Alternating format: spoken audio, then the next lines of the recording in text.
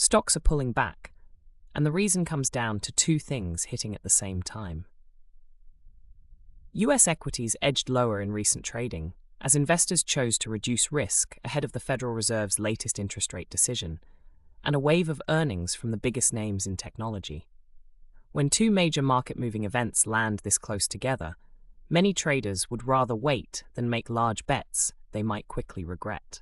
Here is what is at stake with each one. The Federal Reserve sets the benchmark interest rate, the foundational borrowing cost that flows through the entire economy.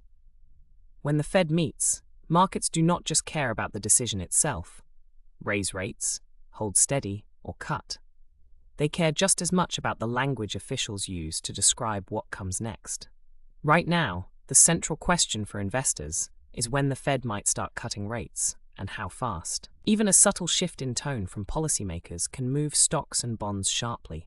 If the Fed signals it is in no hurry to ease, yields on US Treasury bonds, the interest the government pays to borrow, could push higher.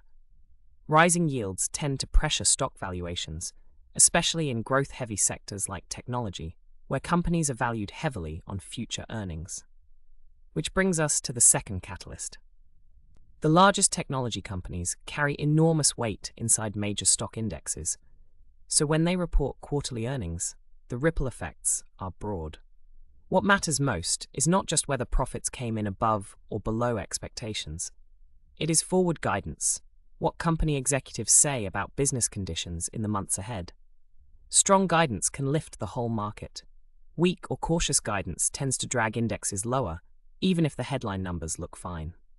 Put the two together, and you have a setup that naturally encourages caution. Portfolios get trimmed rather than expanded. Trading volumes can thin out. Stocks drift sideways or slide modestly. Not because anything has gone wrong, but because no one wants to be caught leaning the wrong way when the news breaks. The reaction in the sessions that follow may matter more than the events themselves.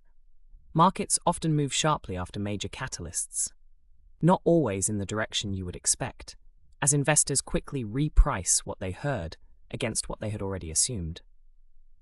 The practical takeaway: pay close attention to the Fed's language around the rate path, not just the rate decision.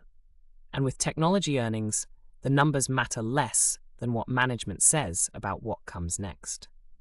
Those two signals, combined, are likely to set the tone for equities through the rest of the summer. This briefing is brought to you by First Financial News. Clear daily coverage of the economy and markets at firstfinancialnews.com.